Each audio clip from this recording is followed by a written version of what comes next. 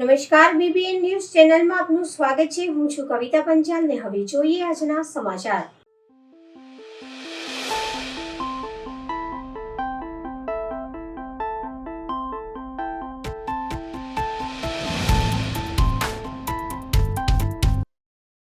Shri Ganesh group દ્વારા પૂજા સાહિત્યમાં કર્મકાંડના સાહિત્યમાં અનેક નવી વસ્તુઓ લોન્ચ કરી છે અને જેનું સફળપૂર્વક વહેંચાણ પણ થયું છે। અલગ અલગ દિવસે ભૂદેવો એમની અનુકૂળતાએ પધારીને વિપુલ માત્રામાં વસ્તુઓ ખરીદે છે, જેનો ગણેશ ગ્રુપ ખૂબ ખૂબ આભારી। વિશેષમાં ગણપતિ દાદાની પરમ અનુગ્રહથી તારીખ 22/3/2024ને સવારે 8 થી રાતના 7 વાગ્યા સુધી નીચે આપેલા સરનામે સોનીની વાડી સ્વામિનારાયણ મંદિર પાસે ધંધુકા ભારતમાં અને ગુજરાતમાં સૌપ્રથમ ભવ્ય એક્ઝિબિશનનું આયોજન કરવામાં આવ્યું છે, જેમાં ગણેશ ગ્રુપ દ્વારા મળતી નાનામાં નાની વસ્તુથી લઈને મોટામાં મોટી રહેલી તમામ વસ્તુઓનું પ્રદર્શન રાખવામાં આવશે। આ પ્રદર્શનમાં રાખેલી તમામ વસ્તુઓને જોવા તથા ખરીદવા માટે ગણેશ ગ્રુપ દ્વારા તમામ ભૂદેવોને હાર્દિક નિમંત્રણ આપવામાં આવે છે। ગણેશ ગ્રુપને ખૂબ ખૂબ અભિનંદન। આટલું સરસ ભૂદેવો માટે તમે વિચાર્યું।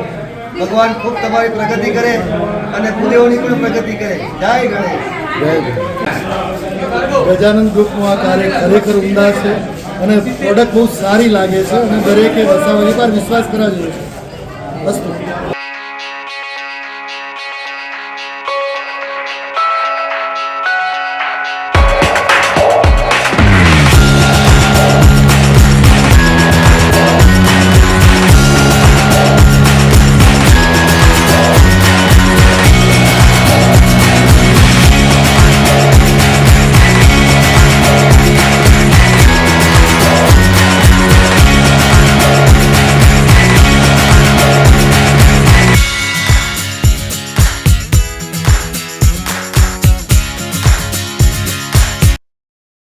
હોળી ધૂળેટી પર્વ હવે ગણતરીનો સમય બાકી છે, ત્યારે નદી અને તળાવોમાં ડૂબવાની ઘટનાઓ અટકાવવા હેતુ વડોદરા જિલ્લા મેજિસ્ટ્રેટ દ્વારા નદીઓમાં નાહવા પર પ્રતિબંધ જાહેર કરવામાં આવ્યો છે। ડભોઈ તાલુકાના ચાંદોદ અને કરનાળી ખાતે વિવિધ ઘાટ ઉપર પોલીસ બંદોબસ્ત ગોઠવાશે અને તારીખ 24 અને 25 બે દિવસ નર્મદા નદીમાં જતા લોકોને અટકાવાશે। ત્યારે સ્થાનિક લોકોના માનવા અનુસાર નર્મદા નદીના પાણીની માત્રા હાલ ખૂબ જ ઓછી છે, જેથી યાત્રાળુઓની સંખ્યાઓમાં પણ ઘટાડો નોંધાઈ રહ્યો છે। હોળી અને ધૂળેટીના પર્વની ગણતરીના કલાકોમાં બાકી છે, ત્યારે જનતા ધૂળેટીના દિવસે પરિવાર સાથે મોજ મસ્તી કરવા નદી કિનારા ઉપર જતા હોય છે, જેમાં અનેક વખત નદીમાં ડૂબી જવાથી મોત થયાની ઘટના અટકાવવા હેતુ જિલ્લા મેજિસ્ટ્રેટ અને પોલીસ વિભાગ દ્વારા જાહેરનામું પ્રસિદ્ધ કરવામાં આવતું હોય છે।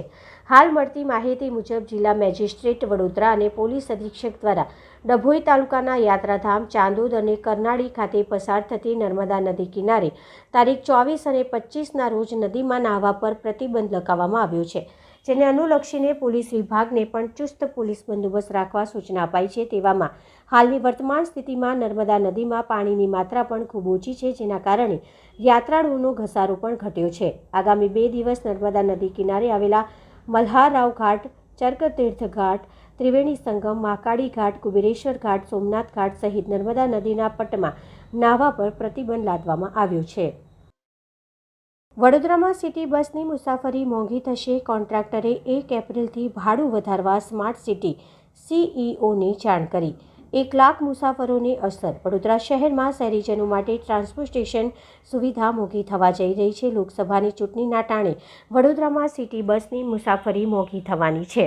આ સિટી બસ સેવાની સંચાલન વિનાયક લોજિસ્ટિક્સ દ્વારા કરવામાં આવી રહ્યું છે। 1 એપ્રિલથી સિટી બસનું મિનિમમ ભાડું 5 રૂપિયાના બદલે 7 રૂપિયા કરવાનું નક્કી કર્યું છે। આ અંગે પાલિકાની સ્માર્ટ સિટી ડેવલપમેન્ટ કંપનીના સીઈઓને પત્ર લખ્યો છે, જેમાં નવો ભાવ 1 એપ્રિલથી લાગુ કરવામાં આવશે તેમ જણાવવામાં આવ્યું।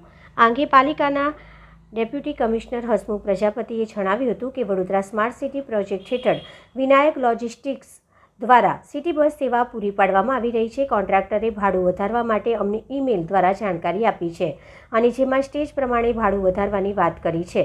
હાલમાં સરકારી બસ જીએસઆરટીસી સેવામાં પ્રથમ સ્ટેજનો ભાવ 7 રૂપિયા ચાલી રહ્યો છે, જેમાં પ્રમાણે રેટ કોન્ટ્રાક્ટરે 5 રૂપિયામાંથી વધારીને 7 રૂપિયા કરવાની માંગ છે અને તે ભાડું વધારી શકે છે। કોન્ટ્રાક્ટરને સમયસર બિલના નાણાં ચૂકવાય છે, એટલે આ આક્ષેપો ખોટા છે। ભરૂચની કલરવ સ્કૂલમાં સંકલ્પ ફાઉન્ડેશન ભરૂચ દ્વારા હોળી ઉત્સવ ઉજવાયો. સંકલ્પ ફાઉન્ડેશન ભરૂચ દ્વારા આજરોજ ધૂળેટી પર્વની ઉજવણી કલરવ શાળાના વિદ્યાર્થીઓ સાથે ગીત સંગીતની રમઝટ સાથે ફૂલોથી કરવામાં આવી. કલરવના ટ્રસ્ટી શ્રી નીલાબેન, શ્રી પ્રવીણભાઈની ઉપસ્થિતિમાં કલરવ શાળાના શિક્ષકો, બાળકોનો ઉત્સાહ અને સંકલ્પ ફાઉન્ડેશન ભરૂચના સભ્યોની હાજરીમાં ધૂળેટી પર્વની ઉત્સાહ અને અતિ આનંદ સહ ઉજવણી કરવામાં આવી હતી.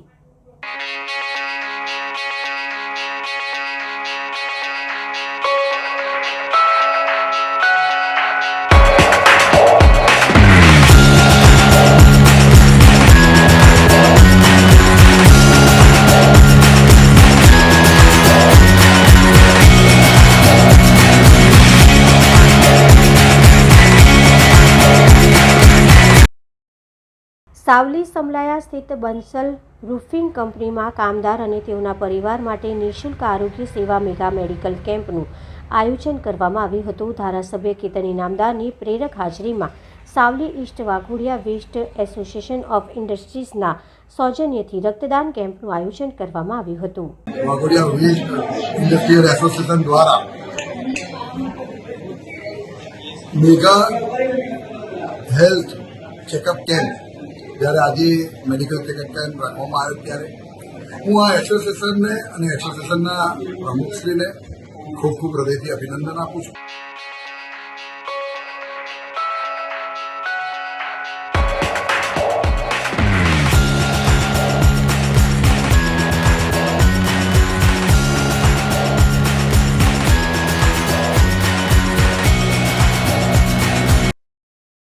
ભાજપના સાંસદ અને લોકસભા ચૂંટણીના ઉમેદવાર અંજનબેન ભટ્ટ દ્વારા લોકસભા ચૂંટણી ન લડવાની ઈચ્છા વ્યક્ત કરવા ઉપર વડોદરા શહેર કોંગ્રેસ પ્રવક્તા વિશાલ પટેલની પ્રતિક્રિયા. જય હિન્દ, જય ભારત. આજે વડોદરા શહેરમાં જે રાજકીય ઉથલપાથલ થઈ રહી છે તેમાં આપણા વડોદરા શહેરના સાંસદ જેમને 2 ટર્મથી ભારતીય જનતા પાર્ટીએ રિપીટ કર્યા હતા અને 2024ની લોકસભાની ચૂંટણીમાં પણ 3જી ટર્મ એમને રિપીટ કરવામાં આવ્યા હતા, ત્યારે આજે સવારે સાંસદ દ્વારા ચૂંટણી ન લડવાની ઈચ્છા વ્યક્ત કરી હતી. તે સાબિત થાય છે કે ગયા સમયમાં જ્યારે ગુજરાતના મુખ્યમંત્રી વડોદરા શહેરમાં આવતા હોય ત્યારે તેમના દ્વારા સ્ટેટમેન્ટ આપવામાં આવ્યું હતું કે જ્યારે સુરતનો વિકાસ થઈ રહ્યો હોય, અમદાવાદનો વિકાસ થઈ રહ્યો હોય, ત્યારે વડોદરા કેમ વિકાસથી વંચિત થઈ ગયું છે. જ્યારે ભારતીય જનતા પાર્ટીના જે પ્રમુખ છે, પ્રદેશ પ્રમુખ, જ્યારે વડોદરા આવ્યા હતા ત્યારે એમના દ્વારા સ્ટેટમેન્ટ આપવામાં આવ્યું હતું કે વડોદરા શહેરના જે નેતાઓ છે ભાજપના, તેમના આંતરિક જૂથબંધીના કારણે વડોદરા શહેરનો વિકાસ ધ્રુંધાઈ ગયો હતો. ગયા સમયમાં વડોદરા શહેરના પૂર્વ મેયર ભાજપના એમના દ્વારા પણ આક્ષેપો કરવામાં આવ્યા હતા કે વડોદરા શહેરના જે સાંસદ છે તેમના દ્વારા ભ્રષ્ટાચાર આચરવામાં આવ્યો છે. આ બધા સ્ટેટમેન્ટોને જોતા સાબિત થાય છે કે વિકાસ માત્ર ને માત્ર વડોદરા શહેરના નેતાઓનો થયો છે, વડોદરા શહેરની જનતાનો કે વડોદરા શહેરનો વિકાસ ક્યાંય ગયા વર્ષોમાં થયો નથી. તમે જુઓ કે વડોદરા શહેરમાં વિશ્વામિત્રી નદીના એટલા બધા નવીનીકરણના પ્રોજેક્ટમાં કરોડો રૂપિયા ખર્ચી નાખવામાં આવે, પરંતુ આજે વિશ્વામિત્રી નદી વડોદરા શહેરમાં એવી ને એવી જ છે. તમે જુઓ કે આજે વડોદરા શહેરમાં એક પણ ઇન્ટરનેશનલ ફ્લાઇટની અવેબિલિટી નથી, રનવે નથી.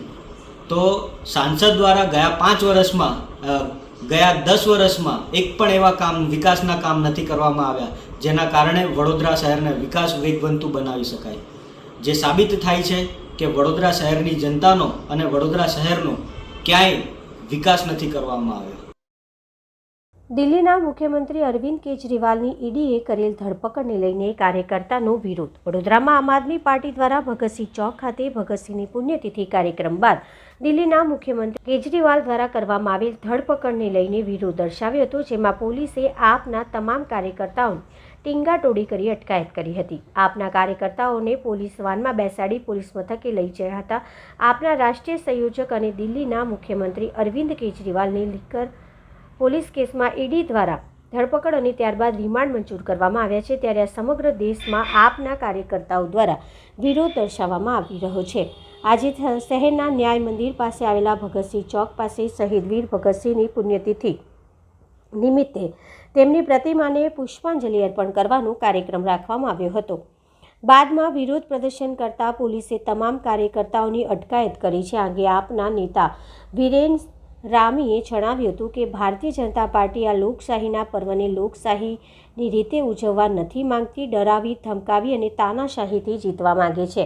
આ બાબતનો અમે સખત રીતે વિરોધ કરીએ છીએ. દેશનું બંધારણ બનાવવામાં આવ્યું છે અને તે તમામ લોકોએ સ્વીકાર્યું છે, પરંતુ આ લોકોને ચૂંટણી નથી કરાવી. તેઓને માત્ર તાનાશાહી કરી દિલ્હીના મુખ્યમંત્રી અરવિંદ કેજરીવાલને ઈડીને આગળ રાખીને ધરપકડ કરાવવામાં આવી છે. આ ધરપકડનો અમે સખત વિરોધ કરીએ છીએ. શહેરમાં હોળી પર્વની ઉજવણીનો થનગનાટ. કોમર્સ ફેકલ્ટી ખાતે રંગ લગાવી વિદ્યાર્થીઓ દ્વારા ધૂળેટીની ઉજવણી. સર્વત્ર હર્ષોલ્લાસનો માહોલ જોવા મળ્યો હતો.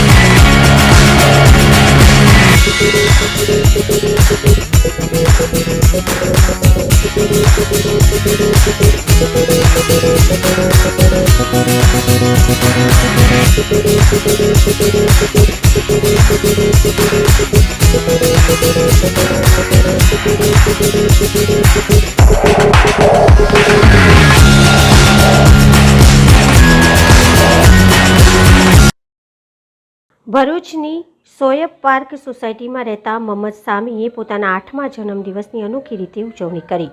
મોહમ્મદ સામી અગાઉ પણ પોતાના જન્મદિવસની અનોખી રીતે ઉજવણી કરતા હતા. તે કોરોના મહામારીના સમયે મોહમ્મદ સામીએ 1000 માસ્ક વેચી લોકોને કોરોનાથી બચવા માટે પ્રેરિત કર્યા હતા અને આના અગાઉના જન્મદિવસે 3 કુવા પાસે આવેલા આંગણવાડીના બાળકો સાથે કેક કાપી અને એમને ગિફ્ટ આપી જન્મદિવસની ઉજવણી કરી હતી. ત્યારે આજે મોહમ્મદ સામીએ ગરમીમાં ચાલતા બાળકો, જેને પગમાં ચપ્પલ ના હોય અને આટલી ગરમીમાં બાળકોના માથે પર કેપ ના હોય તેવા બાળકોને મોહમ્મદ સામીએ ચપ્પલ અને કેપનું વિતરણ કરી અનોખી રીતે પોતાના જન્મદિવસની ઉજવણી કરી હતી. મોહમ્મદ સામીએ દરેક બાળકોને પોતાના જન્મદિવસે કેક કાપી અને પાર્ટી દ્વારા પૈસા વેસ્ટ કરે છે તેના કરતાં લોકોને મદદ કરી પોતાના જન્મદિવસની ઉજવણી કરી એક અનોખો સંદેશ આપ્યો છે. મારું નામ મોહમ્મદ સામી છે. આજે મારો 8મો જન્મદિન છે. મેં આજે મારા જન્મદિન મેં રસ્તા ચાલતા છોકરાઓને મેં ચોકલેટ, કેપ ને ચપ્પલ આપી રહ્યા છે. મેં એવું ચાહું કે તમે બી તમારા જન્મદિનને ચોકલેટ ને ચપ્પલ, કેપ આવું છોકરાઓને વેચો. Thank you.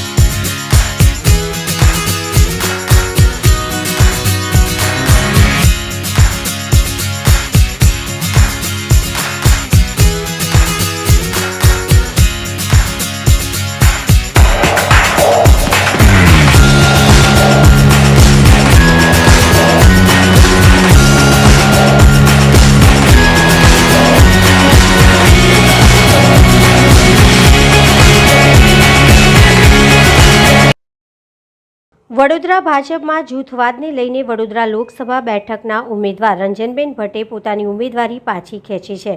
તેમણે સોશિયલ મીડિયામાં જાહેરાત કરી છે. તેમના સોશિયલ મીડિયાના ફેસબુક પર જણાવ્યું છે કે હું રંજનબેન ધનંજય ભટ્ટ મારા અંગત કારણોસર લોકસભા 2024ની ચૂંટણી લડવાની અનિચ્છા દર્શાવું છું.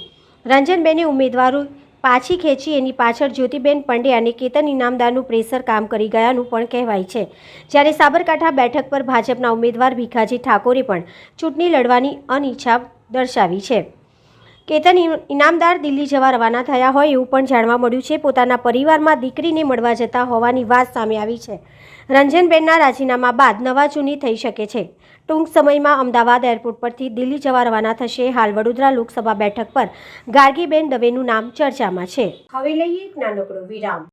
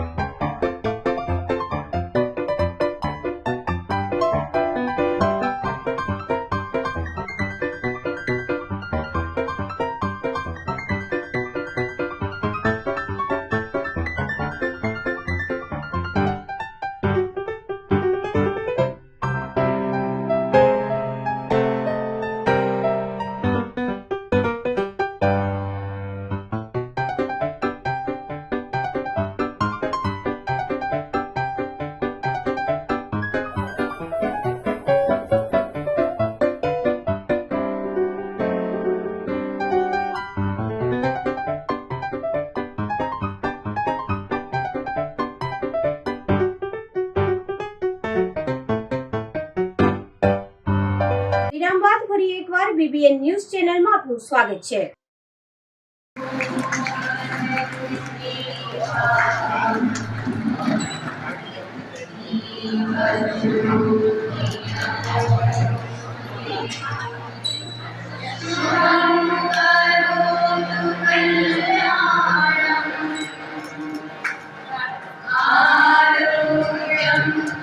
Upleta municipal arts and commerce college ખાતે 63મા વાર્ષિક ઉત્સવની ઉજવણી કરવામાં આવી. રાજકોટ જિલ્લાના ઉપલેટા ખાતે નગરપાલિકા સંચાલિત આર્ટ્સ એન્ડ કોમર્સ કોલેજ પર 63મો વાર્ષિક ઉત્સવ ઉજવવામાં આવ્યો હતો. દર વર્ષે ઉજવવામાં આવતા વાર્ષિક મહોત્સવની જેમ આ વર્ષે પણ ભવ્ય કાર્યક્રમ દ્વારા કોલેજમાં વાર્ષિક ઉત્સવની ઉજવણી કરવામાં આવી હતી. તેમજ આ કોલેજમાં અભ્યાસ કરી રહેલ TY BComના વિદ્યાર્થીઓનો વિદાય સમારંભ પણ યોજવામાં આવ્યો હતો. વધુમાં હાલમાં અભ્યાસ કરી રહેલા તમામ વિદ્યાર્થી તેમજ વિદ્યાર્થિનીઓને પ્રોત્સાહિત કરવા અવ્વલ નંબર પ્રાપ્ત કરનારને શિલ્ડ ઇનામ તેમજ ગોલ્ડ મેડલ સહિતના ઇનામો આપી તેમનું મનોબળ વધારવાના પ્રયાસ કરાયા હતા. આ કાર્યક્રમમાં ઉપલેટા આર્ટ્સ એન્ડ કોમર્સ કોલેજના તમામ વિદ્યાર્થીઓ, શિક્ષકો, સંચાલકો, નગરપાલિકા ચીફ ઓફિસર સહિતના સામાજિક અને વિવિધ સંસ્થાના આગેવાનો બહોળી સંખ્યામાં હાજર રહ્યા હતા. તેમજ આપણી બાજુમાં જ આપણી સાથે કામ કરી રહ્યા છે એવા ઉપલેટા અર્બન હેલ્થ સેન્ટરના મેડિકલ ઓફિસર ડોક્ટર સ્મિત સામાણી સાહેબ તેમજ અત્યાર સુધીના ઇતિહાસમાં કોલેજના 1961માં કોલેજની સ્થાપના થઈ સૌપ્રથમવાર વિદ્યાર્થીને પ્રેરણા મળે અને પ્રોત્સાહન મળે તે બાબતે ધ્યાનમાં રાખી અને ઇકોનોમિક્સ વિભાગમાં જેમને ગોલ્ડ મેડલનું આપણને દાન આપ્યું છે એવા આપણા પૂર્વ અર્થશાસ્ત્ર વિભાગના HOD સન્માનીય શ્રી મોદી સાહેબ આજરોજ municipal arts and commerce college ઉપલેટામાં કોલેજની સ્થાપના પછીનો 63મો વાર્ષિક ઉત્સવ એ ઉજવવામાં આવ્યો હતો. આ વાર્ષિક ઉત્સવના મુખ્ય મહેમાન અધ્યક્ષ તરીકે ઉપલેટા નગરપાલિકાના ચીફ ઓફિસર સન્માનીય શ્રી નીલબેન ઘેટિયા એ ઉપસ્થિત રહ્યા હતા. સાથે સાથે અતિથિ વિશેષ તરીકે આપણે ઉપલેટા અર્બન હેલ્થ સેન્ટરના મેડિકલ ઓફિસર એ સામાણી સાહેબ પણ ઉપસ્થિત રહ્યા હતા. આ કાર્યક્રમની અંદર ખાસ કરીને TY BComના વિદ્યાર્થીઓ વિદાય લઈ રહ્યા છે તેમનો વિદાયનો કાર્યક્રમ અને સાથે સાથે વર્ષ દરમિયાન વિદ્યાર્થીઓએ એકેડેમિક કેરિયરમાં જે સફળતા પ્રાપ્ત કરી હોય તેમજ રમતગમત, સ્પોર્ટ્સ તેમજ પર્વતારોહણ, NCC, NSSમાં જે વિશિષ્ટ સિદ્ધિઓ પ્રાપ્ત કરી હોય તે બધા જ વિદ્યાર્થીઓને શિલ્ડ આપીને એ સન્માનિત કરવામાં આવ્યા હતા. તેમજ કોલેજમાંથી જે અધ્યાપકોએ PhDની પદવી પ્રાપ્ત કરી હતી તેમનું પણ એ વિશેષ સન્માન અને સન્માનપત્ર અર્પણ કરવામાં આવ્યું હતું. આ વર્ષે ઉપલેટા કોલેજની અંદર 5 નવા અધ્યાપકોની એ નિમણૂક થયેલી તો નવા અધ્યાપકોની એમને પણ સ્વાગત અને સન્માન એમનું પણ કરવામાં આવ્યું હતું. આ રીતે આ કોલેજનો 63મો વાર્ષિક ઉત્સવ વિદ્યાર્થીઓની બહુ જ મોટી સંખ્યામાં Neelam madam Ghetiya, chief officer, medical officer Samani સાહેબ, તમામ અધ્યાપકશ્રીઓ અને તમામ વિદ્યાર્થીઓની હાજરીમાં એ સારી રીતે એ ઉજવવામાં આવ્યો.